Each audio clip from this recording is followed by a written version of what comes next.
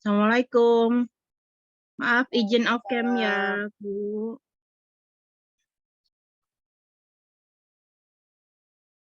Sebentar, yang mana ini? Lupa. Oh, belum. Sebentar.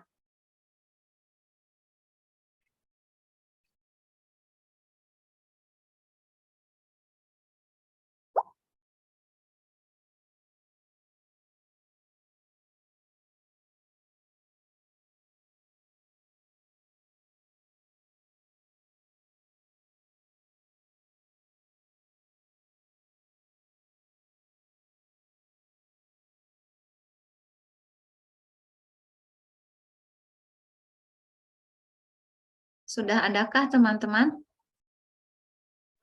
Sudah, Miss. Sudah. Tolong deh. Sudah, Miss. Oke. Ya. Assalamualaikum warahmatullahi wabarakatuh. Waalaikumsalam warahmatullahi wabarakatuh. Yang terhormat Bapak Dr. Acep Musliman STMSI, dan yang saya hormati Bapak Ibu teman-teman S2 jurusan Bahasa Inggris. Alhamdulillahirabbil alamin, marilah kita panjatkan puji dan syukur kehadirat Allah Subhanahu wa taala yang mana pada pagi hari ini kita bisa berkumpul bertatap maya ya secara daring untuk melaksanakan presentasi tentang pemanfaatan ICT. Hari ini kami dari kelompok 6 yang terdiri dari Miss Winda Yulianti, Miss Nevelina Rayani Mustika, dan saya sendiri Erlita. Untuk presentasi yang pertama akan disampaikan oleh Miss Winda Yulianti. Dipersilahkan.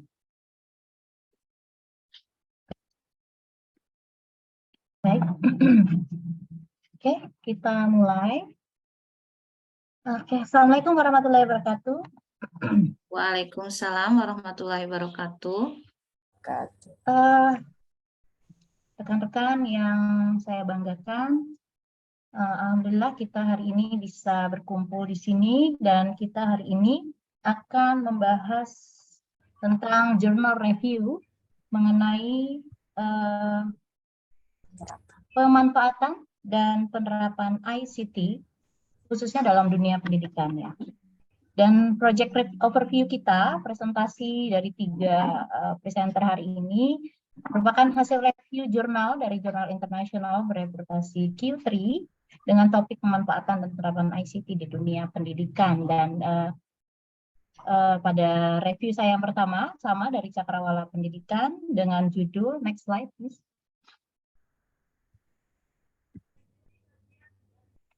Dengan jurnal review berjudul ICT Integration in 21st Century Indonesian English Language Teaching, Myths and Realities. Diambil dari jurnal Cakrawala Pendidikan Februari 2018 tahun 37 nomor 1. Ya, dari authornya adalah Arif Hussein Lubis dari Indonesia University of Education di Bandung. Okay. Dikeluarkan oleh jurnal UNY. Nah, next abstraknya. Jadi meskipun dibahas dan dipromosikan secara mendalam, artikel berbasis penelitian terbatas diidentifikasi dalam publikasi mengenai pandangan guru English as Foreign Language Indonesia tentang integrasi TIK berkaitan dengan apakah itu dianggap sebagai solusi nyata untuk praksis ILP yang mencerminkan pengalaman mereka. Dengan demikian, penelitian ini bertujuan untuk mencari 13 persepsi dan sikap guru bahasa Inggris terhadap implementasi integrasi TIK, khususnya dalam pembelajaran bahasa Inggris ya. Desain kualitatif deskriptif digunakan di mana kuesioner yang terdiri dari 12 pertanyaan tertutup dan terbuka digunakan. Temuan menunjukkan bahwa meskipun kerangka tersebut memicu persepsi positif, manfaat integrasi masih lebih terfokus pada tingkat teknis, bukan yang komunikatif dan fungsional dalam proses belajar siswa. Kedua, alokasi waktu dan masalah teknis menjadi kendala utama untuk mewujudkan integrasi tersebut. Berkaitan dengan pendidikan bahasa Inggris, penelitian ini memberikan gambaran landasan bagi pihak terkait untuk meninjau kembali rumusan integrasi TIK terhadap keterampilan komunikatif siswa. Jadi, jurnal ini sebenarnya membuat kita berpikir ulang, gitu ya, bukan berarti meragukan tentang ICT, tapi apakah sebenarnya penerapan di khususnya di kelas bahasa Inggris itu benar-benar dapat dilaksanakan. Dan ini adalah pendahuluannya, bahwa dengan latar belakang bahwa persepsi dan sikap guru tidak linear dengan tujuan implementasi ICT sendiri, karena kurangnya kualifikasi, kesiapan, dan sumber daya untuk menerapkannya dalam proses pembelajaran. Dan penilaian tahun 2016. Dan tujuan penelitian ini untuk menganalisis implementasi integrasi TIK dengan mencari sikap dan persepsi guru bahasa Inggris. Jadi ini khusus guru bahasa Inggris, walaupun hanya ada 13 responden, tapi ini sudah dicari secara random dari berbagai dari berbagai latar belakang, nanti akan saya jelaskan di metodologi, dan fokus pada transparansi implementasi integrasi TIK di kalangan guru yang mengajarkan bahasa Inggris di kelasnya. Pertanyaannya, fokusnya adalah itu jenis ICT apa atau penerapan TIK apa yang jenis TIK apa yang digunakan dalam mengajar bahasa Inggris. Yang kedua, dalam tahap apa kira-kira pengajaran TIK digunakan. Yang ketiga, tantangan apa yang mereka hadapi. Yang keempat, manfaat apa yang dapat diperoleh dari penerapan integrasi TIK dalam konteks kelas IFL. Jadi apakah benar ada gunanya ya. Dan yang keenam, yang keempat, latar belakangnya, cakupannya, maksudnya pada permasalahan, cakupan berada di bawah dua faktor persepsi dan sikap yang berpengaruh, yaitu jadi persepsi yang diambil adalah satu, pengalaman masa lalu, intensitas, stimulus, dan situasi. Dan kedua, persepsi di sini berdasarkan perasaan, kognisi, dan perilaku. Dan pengembangan manipulasi TIK tercermin pada kurikulum 2013. Jadi ini memang berdasarkan kurikulum 2013. Konsep integrasi TIK dalam ILP didasarkan pada kemajuan teknologi informasi, konvergensi iptek, pengaruh dan dampak iptek berbasis teknologi dan multiliterasi. Berdasarkan Kemdikbud tahun 2014. Dan bagaimana pengalaman, jadi rumusan masalahnya adalah bagaimana pengalaman guru IFL Indonesia dalam integrasi TIK dalam pembelajarannya ya. Oke. Selanjutnya adalah metodologi dalam desain penelitian ini di dalam jurnal ini adalah menggunakan deskriptif kualitatif. Dan subjek penelitiannya adalah 13 guru bahasa Inggris random dari 5 sekolah di Bandung, di antaranya satu sekolah satu SD, 3 SMP, dan 1 SMA yang dipilih secara sengaja untuk memperoleh informasi yang kaya berdasarkan Presswell tahun 2009. Selain itu, sekolah ini juga yang menerapkan kurikulum 2013 selama 3 tahun, di mana integrasi TIK semakin didorong untuk diwujudkan. Informasi lainnya, untuk mencari persepsi dan sikap guru terhadap integrasi TIK dalam pengaturan kelas IFL. Jadi nanti dihubungkan mengenai pembelajarannya saja ya di kelas IFL. Dan instrumen penelitian yang dilakukan adalah dengan kuesioner.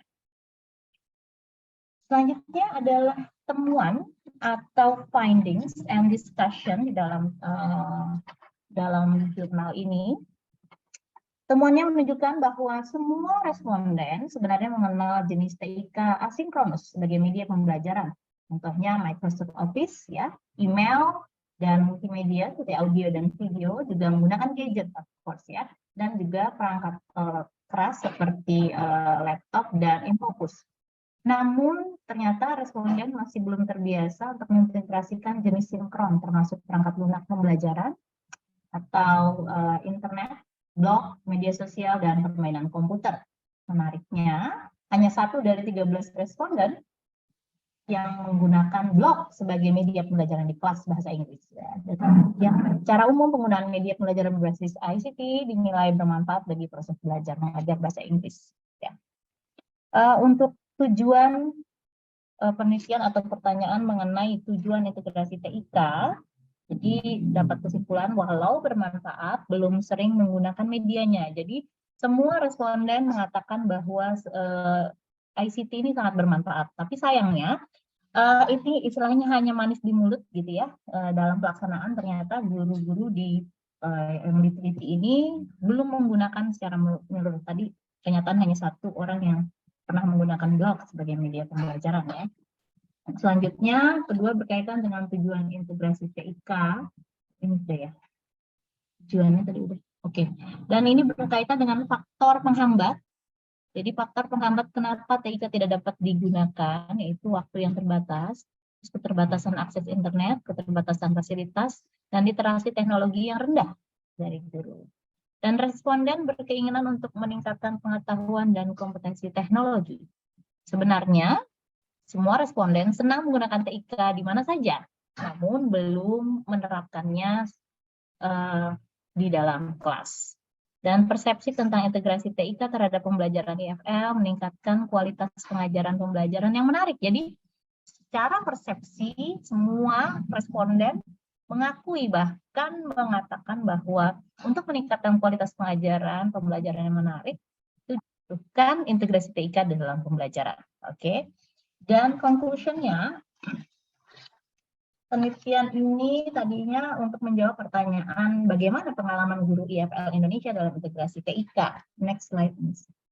Hasilnya, sebagian besar responden telah menggunakan media pembelajaran berbasis teknologi di kelas bahasa Inggris mereka. Namun, manfaat integrasi masih lebih pada tingkat teknis, termasuk menemukan materi terkait dan menyiapkan presentasi. Bukan tingkat komunikatif dan fungsional untuk proses dan kemajuan belajar bahasa Inggris siswa mereka. Yang kedua, meskipun mereka sepakat bahwa integrasi TIK dalam membantu pelajaran lebih makna dan menarik, alokasi waktu dan masalah teknis menjadi kendala utama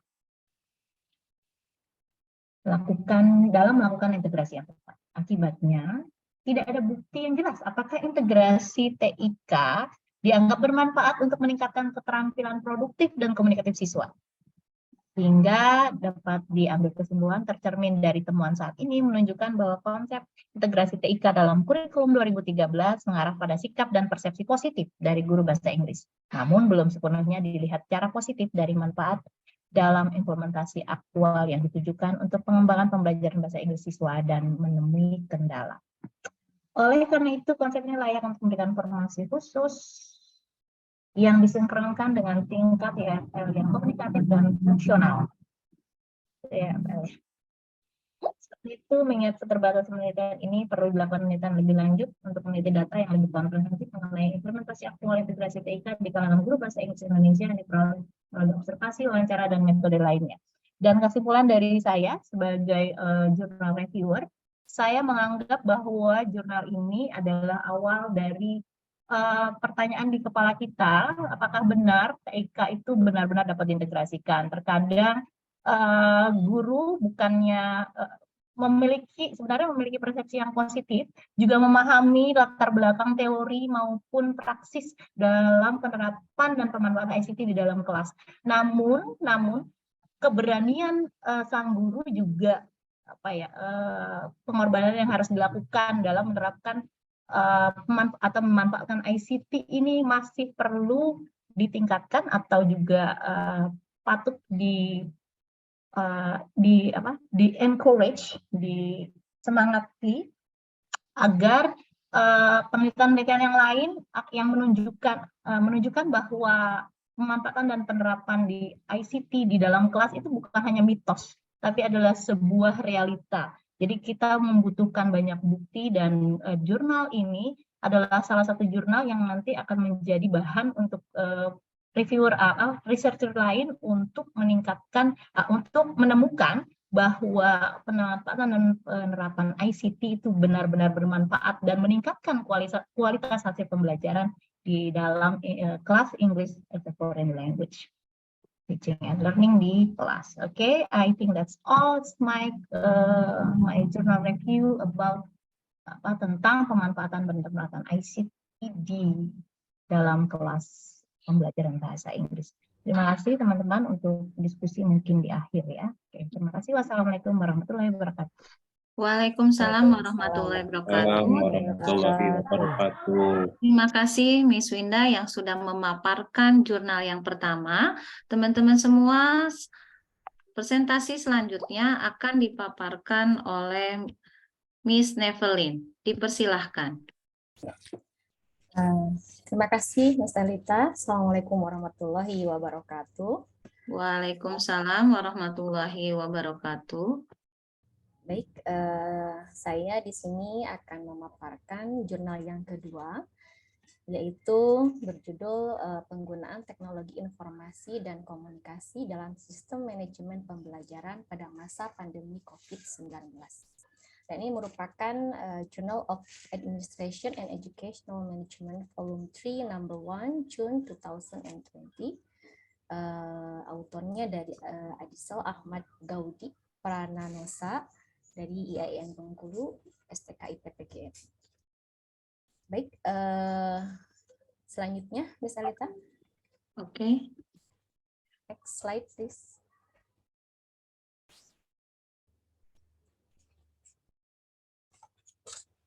Adapun abstrak dari jurnal ini sesuai dengan tadi judulnya, tujuan penelitiannya itu adalah untuk menelaah penggunaan teknologi informasi dalam sistem manajemen di perguruan tinggi atau di dunia pendidikan di Indonesia yang masih belum termanfaatkan secara maksimal dan merata, baik perangkatnya maupun manajemennya.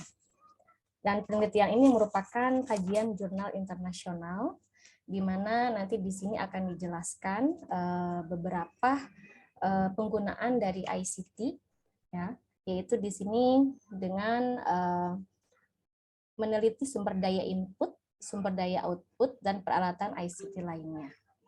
Apa saja sumber daya input, output, dan ICT lainnya, ini nanti akan saya jelaskan pada penjelasan berikutnya. Dan dari abstraksi jurnal ini akan diketahui nanti bahwasanya dari penerapan atau pemanfaatan ICT ini belum meratanya infrastruktur yang mendukung penerapan teknologi ini di bidang pendidikan dikarenakan ketidaksiapan dari sumber daya manusia. Selanjutnya, adapun pendahuluan dari jurnal ini, kita ketahui dan kita rasakan mungkin ya 2 tahun ke belakang itu sangat-sangat hal yang luar biasa sekali bagi Indonesia dan berdampak cukup besar di dunia pendidikan. Dan tentunya banyak juga positifnya dan juga ada pasti negatifnya. Dalam kondisi dunia dan juga Indonesia yang sedang menghadapi pandemi virus corona 19 ini, menurut jurnal ini mengharuskan dunia pendidikan bertransformasi, ya. Jadi kita mau tidak mau kita semua merasakan dari yang asalnya gaptek jadi dipaksakan untuk kenal, ya, untuk tidak mengetahui teknologi. Jadi di sini mengharuskan dunia pendidikan bertransformasi, ya. Berarti bertransformasi ini betul-betul berubah dari tidak ada menjadi ada. Jadi perubahan yang totally, ya, transformasi di sini untuk mengikuti perubahan karena sistem pembelajaran yang digunakan selama ini adalah bertatap muka di kelas menjadi sistem daring, ya, dalam jaringan dengan memanfaatkan teknologi internet. Nah, tentunya hal-hal ini memang pertama shock, ya, bagi guru yang sama sekali mungkin belum pernah menyentuh namanya IT. Namun beda apabila sebelumnya mungkin guru-guru yang seperti di daerah perkotaan yang sudah terbiasa dengan IT, mungkin mereka lebih mudah lagi. Dan pada era globalisasi saat ini, perkembangan teknologi informasi dan komunikasi yang memang semakin pesat dan telah menambah berbagai aspek kehidupan manusia, termasuk dalam dunia pendidikan di berbagai negara, termasuk di Indonesia. Disinilah peran ICT. Ya, ICT adalah sistem pembelajaran berbasis multimedia atau teknologi yang melibatkan teks, gambar, suara, dan video, yang mampu membuat penyajian suatu topik bahasan menjadi menarik, tidak monoton, dan mudah untuk dicerna. Seperti yang tadi mungkin sudah disampaikan oleh rekan saya Miss Linda di jurnalnya, bahwasannya memang respon dari pertama kali responden ketika dari pembelajaran yang tradisional sebutkan yang monoton, kemudian dengan berbasis IT tidak sedikit yang memang menjadi tertarik gitu ya. Jadi ini manfaatnya sangat baik sekali gitu, dampak dari COVID ini ya, dampak dari penerapan ICT di masa COVID ini dalam dunia pembelajaran itu meningkatkan motivasi belajar siswa. Dan di sini disebutkan ada 5 manfaat yang dapat diraih melalui penerapan ICT dalam sistem pendidikan. Itu yang pertama, dengan ICT bisa mempermudah dan memperluas akses terhadap pendidikan. Kemudian yang kedua, meningkatkan kesetaraan pendidikan. Dan yang ketiga, meningkatkan mutu pembelajaran. Yang keempat, meningkatkan profesionalisme guru. Dan yang kelima, meningkatkan efektivitas dan efisiensi manajemen, tata kelola, dan administrasi pendidikan. Ya. Yang biasanya kan laporan nilai itu secara print out ya, secara teks, sekarang jadi sudah digital semuanya gitu ya, untuk pengelolaan nilai dan lain sebagainya. Oke, next slide please. Sudah, Miss. Ya, sudah. Next slide please. Udah, yang ini belum? Oh, ini masih ya, sorry. Dan di Indonesia ini sangat sesuai lagi berdasarkan rencana pembangunan jangka panjang nasional atau RPJM 2020 sampai 2024. Bahwasanya ada ditegaskan pada prioritas Kemendikbud yang keempat adalah pengembangan teknologi. Jadi memang namanya COVID itu di luar kemampuan kita, tapi di sanalah mungkin sudah digariskan takdirnya dan memang sudah ada ketentuannya. Ternyata memang teknologi itu harus menjadi dasar pengembangan pada dunia pendidikan. Jadi oleh karena itu Kementerian Pendidikan dan Kebudayaan untuk dapat memberikan pelayanan prima, salah satunya yang perlu dilakukan adalah pengembangan ICT yang dilakukan melalui pendayagunaan ICT di bidang pendidikan yang mencakup peran ICT sebagai substansi pendidikan, alat bantu pembelajaran, fasilitas pendidikan, standar kompetensi, penunjang administrasi pendidikan, alat bantu manajemen satuan pendidikan, dan infrastruktur pendidikan. Nah, ICT ini sendiri pun dalam pembelajaran dapat menjadi 2 peran. Yang pertama sebagai media presentasi atau pembelajaran, media presentasi pembelajaran, misalnya yang berbentuk slide PowerPoint, ya, animasi, ya, dengan program Flash. Yang kedua sebagai media pembelajaran mandiri atau e-learning. Ya, ini yang sudah kita semua terapkan dan sampai sekarang pun mungkin masih banyak sekolah yang menerapkan ini. Namun pada kenyataannya penerapan ICT dalam bidang pendidikan di Indonesia masih dalam tahap awal serta masih belum termanfaatkan secara maksimal dan merata. Nah, ini dia yang menjadi permasalahan dari jurnal ini. Di sini di methodology of research-nya, bahwasanya penulisan jurnal ini menggunakan kajian-kajian dari beberapa jurnal internasional. Jadi penelitiannya itu researcher di sini dia mengkaji beberapa jurnal internasional. Di sini mereka membandingkan ya mengenai penerapan ICT dalam dunia pendidikan. Di sini ada di effectiveness of M-learning in the form of podcast revision lecture in higher education yang ditulis oleh Chris Evans. Kemudian ada student perception on a student response system formed by combining mobile phone and a polling website yang ditulis oleh Adam Wong. Kemudian assessing the available ICT infrastructure for collaborative web technologies in a blended learning environment in Tanzania. Kemudian mixed method research yang ditulis oleh John Marco Prima dan lain sebagainya. Dari beberapa artikel tersebut, ini menjadi informasi awal bagi si penulis tentang berbagai hal yang berkaitan dengan penggunaan teknologi ICT yang dapat menunjang proses pembelajaran, ya, apalagi di saat pandemi COVID-19. Oke. Adapun hasil penelitian dan pembahasan dari jurnal ini, tadi telah disebutkan bahwasanya ada 3 kategori sumber. Ya, yang pertama itu sumber input, yang kedua sumber output, dan yang ketiga adalah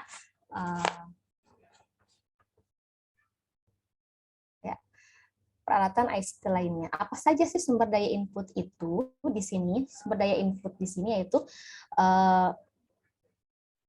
visualizer atau dokumen, ya, seperti kamera, komputer, papan tulis, student response system, dan program aplikasi. Kemudian sumber daya output itu meliputi proyektor, papan tulis interaktif, dan tampilan seperti monitor, televisi, dan lainnya. Dan yang terakhir, peralatan ICT lainnya meliputi kamera digital, switcher, perekam digital, dan inovasi lainnya. Penerapan ICT pada bidang pendidikan telah memberikan kontribusi bagi perkembangan teknologi pembelajaran. Penelitian di dunia telah menunjukkan bahwa ICT dapat memimpin dalam perbaikan metode belajar para pelajar serta menghasilkan metode pengajaran yang lebih baik. Kemudian pendidik diharapkan bijak dalam memanfaatkan penerapan ICT dalam pembelajaran. Nah, maksudnya di sini adalah ketika masa pandemi kemarin itu banyak sekali dari asalnya guru konvensional, kemudian kan menjadi harus guru yang inovatif gitu ya, dengan tidak gagap ICT gitu ya, tidak gagap ini. Nah, mereka di sini ketika sekolah memenuhi kebutuhan atau memenuhi infrastruktur tadi, tapi kurang bijak dalam pemanfaatannya. Contohnya misalnya di sini, menurut penelitian di sini, terkadang hanya guru saja yang menggunakan teknologi tersebut, tapi siswa tidak dilibatkan. Gitu. Sehingga di sini kurang apa ya namanya, tidak terlalu bermanfaat, gitu. Hanya memperkaya atau hanya memfasilitasi saja, tapi tidak menerapkan antara guru dengan siswa. Di sini perlu disadari bahwa apapun media yang digunakan, prinsip pembelajaran tetap dipegang teguh. Banyak sekolah yang berlomba-lomba melengkapi sekolahnya dengan fasilitas ICT, tapi pemanfaatnya tidak sesuai dengan kebutuhannya, seperti yang tadi telah dijelaskan. Jadi kurang terasa pemanfaatannya, gitu ya, hanya sebagai fasilitas saja. Kemudian masih adanya kesenjangan pendidikan yang dirasakan oleh masyarakat Indonesia yang tinggal di daerah pelosok atau tertinggal, ya, remote area. Itu ya seperti sekolah saya gitu ya, curhat sedikit, itu sangat-sangat sebenarnya sedih sekali kemarin gitu ya. Kami dari infrastruktur juga kurang, kemudian kondisi siswanya juga dari ekonominya kurang, sehingga banyak kendala dalam proses pembelajaran menggunakan ICT pada waktu masa COVID kemarin. Adapun solusi yang dapat dikembangkan oleh pemerintah, ya, di sini ada masukan. Yang pertama yaitu duta daerah tertinggal. Jadi diharapkan ada dari daerah tersebut dipanggil untuk melaksanakan workshop atau pendidikan, gitu ya, mengenai kemampuan menguasai ICT, sampling dan optimalisasi potensi ICT daerah tertinggal. Selanjutnya, pada era globalisasi ini dan untuk mendukung kemajuan iptek, maka banyak lembaga pendidikan yang melaksanakan berbagai macam kegiatan pelatihan, penataran, dan workshop mengenai ICT untuk meningkatkan kemampuan para pendidik dalam bidang ICT. Karena sekarang bukan zamannya lagi ya yang pendidik yang gagap teknologi. Ya, karena memang sudah sesuai dengan tadi RPJM Indonesia, Kemdikbud, bahwasanya semua pendidikan itu harus berbasis teknologi. Penggunaan ICT dalam sistem pembelajaran memungkinkan guru maupun siswa untuk memodifikasi program, dan siswa dapat meminta yang diinginkan konten yang disajikan dalam sistem. Oleh karenanya harus diperhatikan hal-hal sebagai berikut agar hasil yang diharapkan menjadi optimal. Ya. Nah, di sini mungkin masukan dari jurnal ini adalah mengubah struktur pendidikan dari terpusat ke terdesentralisasi. Jadi supaya merata begitu ya. Jadi yang pintar, yang bisa bukan hanya di daerah kota saja, tapi daerah-daerah pinggiran pun. Nah, ini dia yang harus terasa gitu, merata semuanya bisa memanfaatkan ICT dengan baik dan menikmati pemanfaatan dari ICT ini dalam pendidikan, yang khususnya tentunya baik untuk pemerintah, kan bisa meningkatkan prestasi belajar atau prestasi dari seluruh siswa di Indonesia ini khususnya. Dan akhirnya di sini dapat disimpulkan ya dari jurnal ini bahwasanya belum meratanya. Ya, kembali lagi di sini dari beberapa penelitian jurnal-jurnal internasional tadi, maka disimpulkan bahwasanya tetap ada PR gitu ya, di sini belum meratanya infrastruktur yang mendukung dalam penerapan teknologi di bidang pendidikan, dan ketidaksiapan, nah, ini SDM, ketidaksiapan sumber daya manusia untuk memanfaatkan teknologi informasi dan komunikasi dalam proses pembelajaran. Mungkin demikian yang bisa saya sampaikan mengenai jurnal ini. Mudah-mudahan bisa bermanfaat. Baik, terima kasih. Saya kembalikan kepada Miss Erlita. Oke, terima kasih Miss Nevelyn yang sudah memaparkan jurnal yang kedua. Bapak Ibu yang saya hormati, untuk jurnal yang terakhir akan saya paparkan, yaitu bahwasanya jurnal ini sudah di-review dari jurnal internasional yang bereputasi Q3 dengan topik pemanfaatan dan penerapan ICT di dunia pendidikan. Bapak Ibu bisa lihat di layar bahwa ini diambil dari Cakrawala Pendidikan. Adapun jurnal yang saya review yaitu berjudul Potensi Pemanfaatan ICT untuk Peningkatan Mutu Pembelajaran SMA di Kota Yogyakarta. Pengarangnya atau penulisnya yaitu Bapak Herman Dwi Surjono dan Bapak Abdul Ghafur dari FISA Universitas Negeri Jakarta, dan jurnal ini dipublikasikan di Cakrawala Pendidikan 165 bulan Juni 2010 tahun 29 nomor 2. Adapun abstrak dari jurnal tersebut menceritakan atau menuliskan bahwa penelitiannya itu memiliki tujuan untuk mendeskripsikan potensi penerapan TIK untuk pembelajaran ditinjau dari tingkat kemampuan siswa dan kompetensi TIK, kedua model yang digunakan dalam penerapan TIK, dan yang ketiga kendala dalam mengimplementasikan TIK. Dan penelitian ini merupakan penelitian deskriptif yang melibatkan 341 responden yang terdiri dari siswa, guru, tenaga TIK, staf tata usaha, dan kepala sekolah yang dipilih secara acak dari 11 sekolah menengah atas negeri di Kota Yogyakarta. Data kuantitatif dianalisis dengan statistik deskriptif dan data kualitatif dengan teknik induktif. Baiklah Bapak Ibu, untuk selanjutnya yaitu tentang pendahuluan dari jurnal yang saya review, di mana tujuan setiap sekolah pastinya menginginkan bahwa pendidikan nasional itu ya memiliki pendidikan yang berkualitas seperti yang tercantum dalam Undang-Undang Nomor 3 Tahun 2003 tentang Sistem Pendidikan Nasional.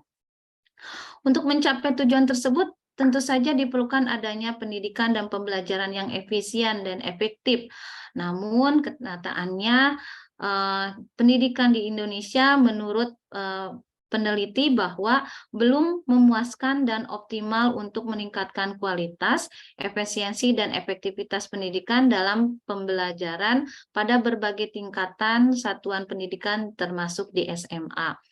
Penelitian ini juga mendapat datanya, yaitu dari pertama tingkat kompetensi ICT SDM-nya sendiri, kemudian yang kedua tentang potensi SMA sekolah yang ada di Yogyakarta dalam mengimplementasikan ICT yang meliputi kegiatan merancang, mendesain, mengembangkan, memproduksi, memanfaatkan, mengelola, mengevaluasi terhadap proses dan sumber pembelajaran yang berbasis TIK dalam rangka meningkatkan mutu pembelajaran dan juga ditemukan beberapa hambatan-hambatan yang dihadapi dalam mengimplementasikan ICT itu sendiri. Output penelitian ini berupa deskripsi yang menggambarkan seberapa tinggi tingkat kompetensi ICT potensi di sekolah-sekolah yang ada di Yogyakarta tersebut. Dan untuk selanjutnya yaitu tentang metode penelitiannya. Dalam metode penelitian, dalam jurnal yang saya review yaitu menggunakan deskriptif kuantitatif, dan subjek penelitiannya tadi sudah dijelaskan bahwa subjek penelitiannya dilibatkan 341 responden yang terdiri dari siswa, guru, tenaga TIK, staf tata usaha, kepala sekolah yang dipilih secara acak dari 11 sekolah menengah negeri di Kota Yogyakarta. Adapun pengumpulan data dilakukan dengan mengirimkan daftar pertanyaan dan melakukan wawancara kepada responden, dan instrumen penelitian menggunakan angket dan juga pedoman wawancaranya. Oke. Untuk finding and discussion-nya, bahwa di sini Bapak Ibu bisa melihat ada tabel yang menunjukkan bahwa kelima kategori kompetensi yang terlihat oleh Bapak Ibu semua merata ya di setiap respondennya. Yang termasuk kategori sangat rendah itu sedikit, yaitu hanya 8 orang, 2,3%. Kemudian kategori rendah ada 54 orang, 15,8%. Kategori sedang 115 orang, yaitu 33%. Kategori tinggi 128 orang, yaitu 37,5%. Dan kategori sangat tinggi 36 orang. Jika dijumlahkan, responden yang termasuk ke dalam kategori sedang sampai dengan tinggi termasuk mayoritas dari jumlah keseluruhan responden, yaitu 279 orang, dan kalau dipresentasikan ada 81,6% dari 341 responden. Hal ini menunjukkan bahwa secara keseluruhan kompetensi ICT responden termasuk baik. Dengan kata lain, potensi untuk mengimplementasikan ICT di SMA negeri yang ada di Kota Yogyakarta itu termasuk tinggi. Dan juga selain itu pastinya didukung dengan adanya akses internet, di mana ada akses internet yang saling berkaitan dengan pelaksanaan ICT yang dilaksanakan di sekolah. Jika tidak ada internet, tentu saja ICT ini tidak akan berjalan dengan baik kalau misalkan kita melakukan pembelajaran secara daring, ataupun kita bisa melakukan pembelajaran secara luring masih menggunakan ICT. Kemudian dari sini kita bisa menyimpulkan bahwa dengan adanya ICT di SMA di Yogyakarta yang sudah diteliti oleh peneliti, bahwa dengan penelitian ini, ICT ini sangat bermanfaat bagi pembelajaran di Yogyakarta seperti itu. Dan selain itu juga implementasi ICT dilaksanakan secara sistematis dengan mengikuti model mulai dari desainnya, pengembangan, pemanfaatan, pengelolaan, dan evaluasi. Namun terdapat beberapa langkah pada masing-masing tahapan itu yang belum dilaksanakan secara jelas. Misalnya pengembangan sistem pembelajaran yang terintegrasi dengan ICT, pemanfaatan ICT sebagai suatu sistem, pengelolaan sistem penyampaian dan evaluasi, diimplementasi ICT secara menyeluruh. Baiklah Bapak Ibu, setelah saya membaca jurnal tersebut, kesimpulan yang bisa saya ambil bahwa dengan ICT ini pasti memiliki keuntungan dan kerugiannya. Tapi setelah saya pelajari bahwa ICT ini sangat banyak manfaatnya, terutama pada saat kita mengalami kondisi COVID-19 yang beberapa tahun lalu terjadi di Indonesia, dan yang kita ketahui bahwa ICT ini merupakan ada korelasinya dengan pemikiran Ki Hajar Dewantara, di mana di Ki Hajar Dewantara itu menyebutkan ada konsep kodrat alam dan kodrat zaman, dan ini ICT termasuk ke dalam kodrat zaman, sehingga kita sebagai pendidik harus mengikuti perkembangan zaman, terutama sekarang sudah 5.0 yang namun di Indonesia mungkin masih dalam tahap berkembang. Hal ini kita sebagai pendidik tentu saja harus mengikuti perkembangan zaman, kita harus berusaha untuk bisa mengimplementasikan atau melakukan proses pembelajaran dengan menggunakan ICT dan mengurangi paperless ya gitu ya, sehingga digitalnya di Indonesia ini bisa sangat pesat, dan kita sebagai pendidik jangan pernah mengeluh bahwa sarana prasarana yang kurang di sekolah, mungkin belum ada bantuan ataupun lainnya, jangan dijadikan hal yang bermasalah. Namun kita sebagai pendidik harus bisa menentukan bagaimana caranya sarana dan prasarana yang minim di sekolah, tetapi kita bisa melakukan proses pembelajaran dengan sebaiknya sehingga anak-anak didik kita merasa nyaman, senang dalam proses pembelajaran tersebut.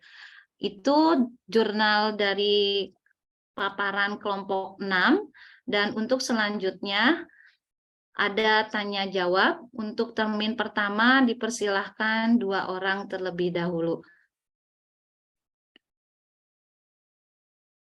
Silahkan Bapak Ibu bila ada yang mau ditanyakan tentang jurnal yang kami paparkan.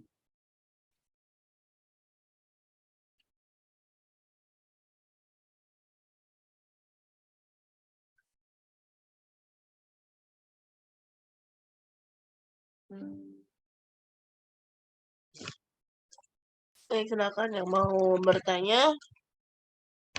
Apakah ada pertanyaan?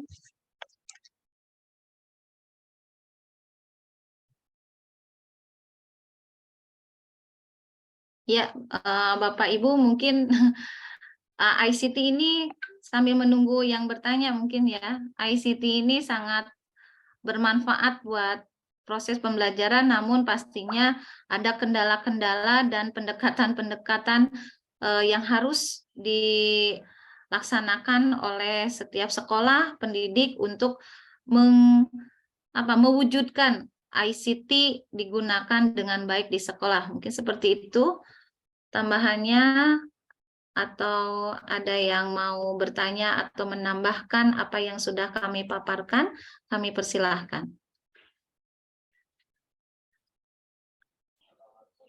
Atau sudah setuju dengan paparan-paparan yang dilakukan oleh para peneliti, bahwasanya garis benangnya bahwa ICT itu banyak memiliki manfaat khususnya untuk di dunia pendidikan. Bagaimana Bapak Ibu? Kita saling diskusi saja ya Bapak Ibu ya.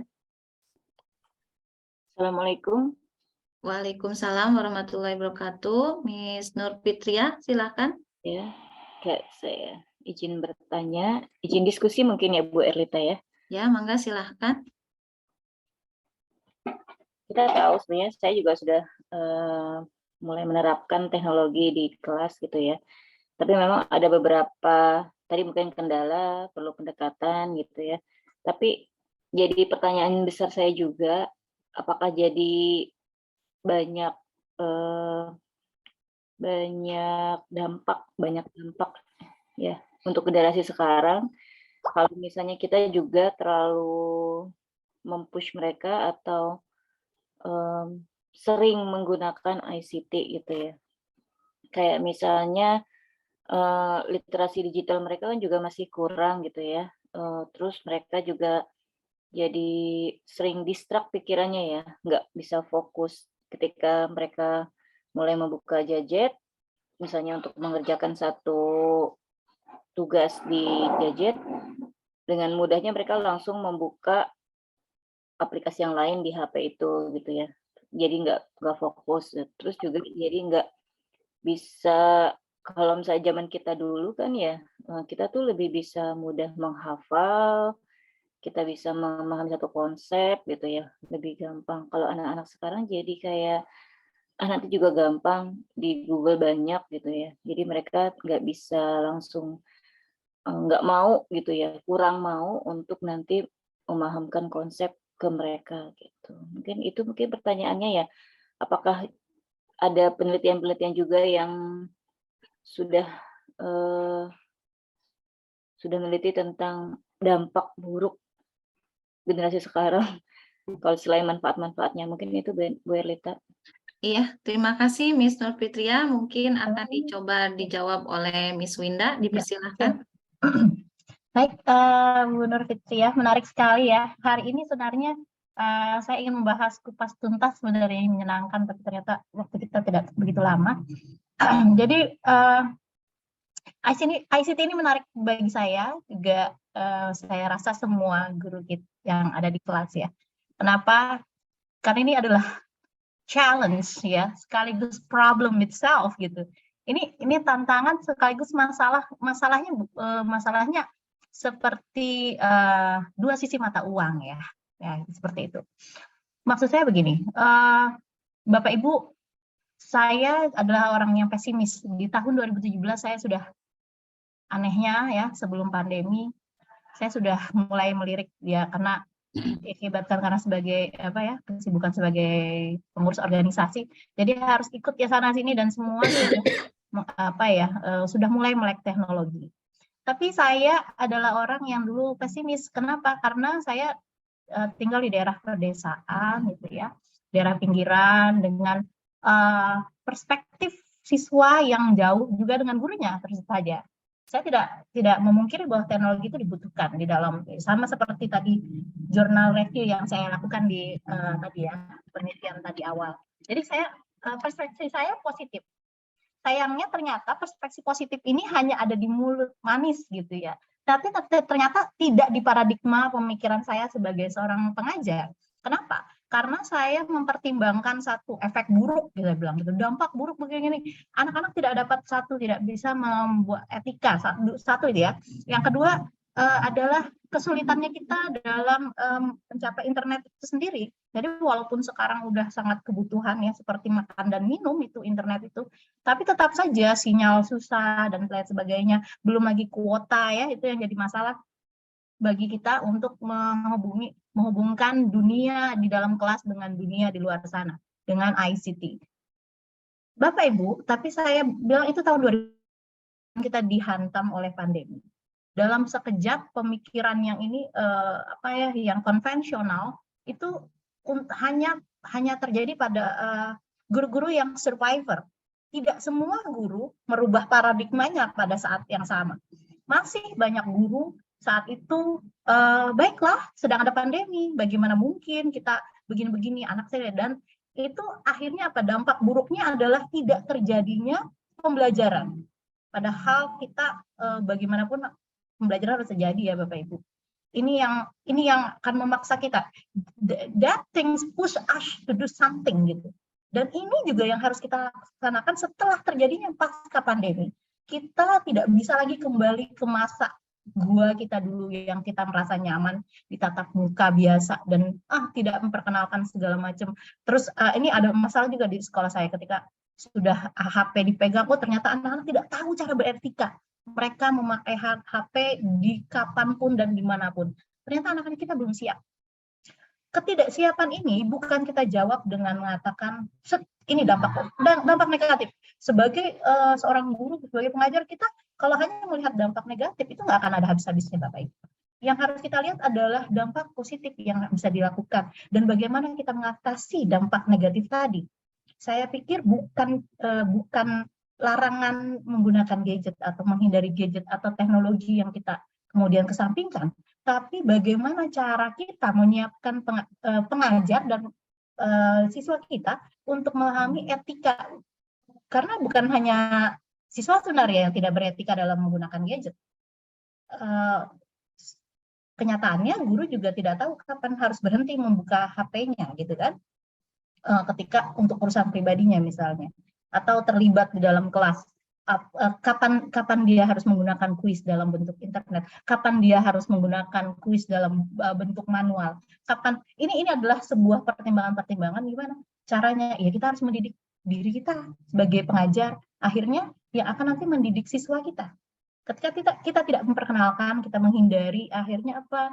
Kita malah akan menjauh. Padahal ini bukan lagi sebuah, tidak boleh lagi ada pertanyaan. Apakah dibutuhkan? Harusnya ya, setelah terjadinya pandemi, seharusnya tidak lagi ada pertanyaan seperti itu. Apakah TIK dibutuhkan? Saya juga tadi kan dengan persepsi itu, saya bilang, berarti hanya manis di mulut ya, tapi tidak pernah dikerjakan di kelas, itu hanya manis di mulut.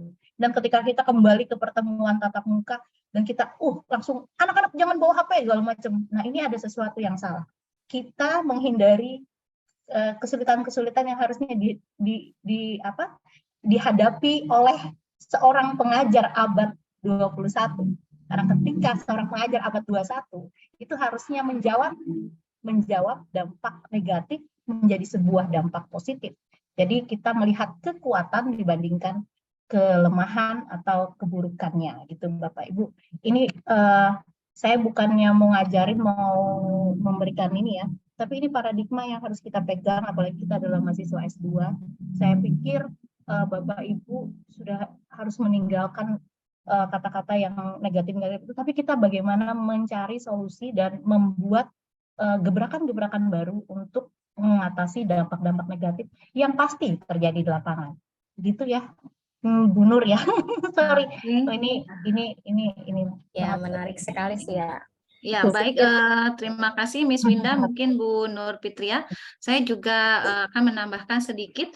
Saya sangat setuju dengan apa yang dipaparkan oleh Miss Winda, bahwa saya pun mengalami itu, terutama ya sama. Saya mengajar bukan di sekolah yang berada di kota, tapi saya mengajar di sekolah diskotik ya Bapak Ibu, di sisi kota Saeutik. Berarti kalau bahasa Indonesianya yang nggak tahu itu di pinggiran kota gitu ya. Nah, ini menjadi sebuah tantangan tersendiri Bapak Ibu, mohon maaf ini hanya sharing saja. Di Purwakarta sekolah kami yang menggunakan LMS Moodle, yang berbasis Moodle, di mana pada saat itu anak-anak belum mengenal tentang LMS tersebut.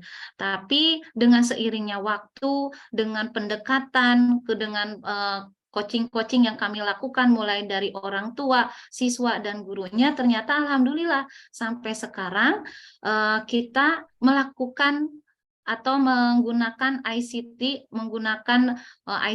baik berupa prasarana VCD, multimedia, video, audio, itu sudah terekam semua di aplikasi tersebut, di LMS tersebut. Dan mungkin Bu Nur Fitria, tentu saja selama saya melakukan pembelajaran anak-anak membawa handphone ke sekolah, kalaupun dilarang oleh sekolah, saya yakin anak-anak akan umpet-umpetan menyimpan handphonenya, dan di sanalah kita sebagai pendidik harus melakukan kesepakatan terlebih dahulu kepada siswa, bagaimana caranya pada saat proses pembelajaran itu, saat kita menjelaskan, ada diskusi, anak tidak bisa menggunakan handphone, tetapi saat diperlukan untuk menggunakan handphone, dipersilahkan anak menggunakannya. Jadi intinya bahwa etika, kesepakatan untuk menumbuhkan karakteristik baik untuk siswa maupun diri guru sendiri itu harus ditumbuhkan, dan kita harus selalu berpikiran positif, dan kita hidup di zaman abad 21 harus melaksanakan kecakapan abad 21 yang seperti tadi dipaparkan oleh Miss Winda. Mungkin Miss Nevelyn ada waktu 1 menit lagi mau menambahkan. Mudah-mudahan cukup. Sama saja ya, saya mungkin sharing di sini ya. Saya juga tadi telah disebutkan saya sangat remote area sekali ini. Memang saya setuju dengan yang dipaparkan Miss Winda juga Miss Elita. Jadi intinya yang cuma tantangan yang saya hadapi di sekolah saya. Yang pertama, ketika pandemi itu terjadi gitu. Alhamdulillah mungkin saya dan partner saya bahasa Inggris itu kami yang pertama memulai dengan menggunakan teknologi gitu ya. Kami sering menggunakan InFocus dan juga sudah mulai ke GCR gitu ya waktu itu pertama kali itu. Dan sampai sekarang alhamdulillah itu masih diterapkan. Namun tantangannya kadang ya itulah tidak ada dukungannya dari sekolah gitu. Ketika sekolah yang lain, MTSN yang lain itu ada program e-learning, sekolah kami itu tidak, dengan alasan budget, dengan alasan biaya. Dan itu kami sangat ya sedih sekali lah, sebutlah seperti itu gitu ya. Namun betul tadi anak-anak itu sangat antusias sekali ketika diperkenalkan ICT pertama kali waktu itu Zoom, mereka sangat semangat sekali, sangat senang dengan suasana baru ya dalam pembelajaran. Namun ya tadi itu tidak ada dukungan dari pihak sekolah pun, stakeholder itu sangat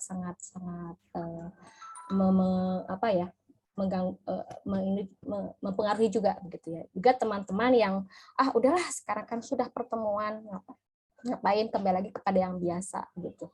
Dimana itu kami hanya beberapa orang yang bisa bertahan di antara rekan-rekan yang tidak mendukung tentang penerapan ICT ini. Tapi ya insya Allah bismillah dengan tekad gitu ya. Alhamdulillah dengan betul, saya di Miss, sini ya. teman-teman ya udahlah kembali lagi pada kita ya, seperti yang Miss Hana pernah bilang ya waktu pembahasan sebelumnya bahwasanya Mohon maaf, Miss, waktunya terapkan. sudah habis. Ya. Ya, Demikian, intinya terima sama kasih. ya, Miss ya, bahwa dengan ICT kita harus berjuang, mungkin seperti itu ya. Iya, Di sini sudah ada raise hand Miss Istiana Puri, karena waktunya sudah 8.30, mungkin mohon maaf, nanti kita bisa berdiskusi WA di aja. lain waktu ya. Alhamdulillahirabbil alamin, Bapak Ibu semua dari kelompok 6 tentang pemanfaatan ICT sudah dipaparkan. Mudah-mudahan banyak manfaat yang dapat kita lakukan pada proses pembelajaran kita di sekolah. Kami dari kelompok 6 undur diri, menghaturkan terima kasih. Wassalamualaikum warahmatullahi wabarakatuh. Waalaikumsalam warahmatullahi Waalaikumsalam warahmatullahi wabarakatuh.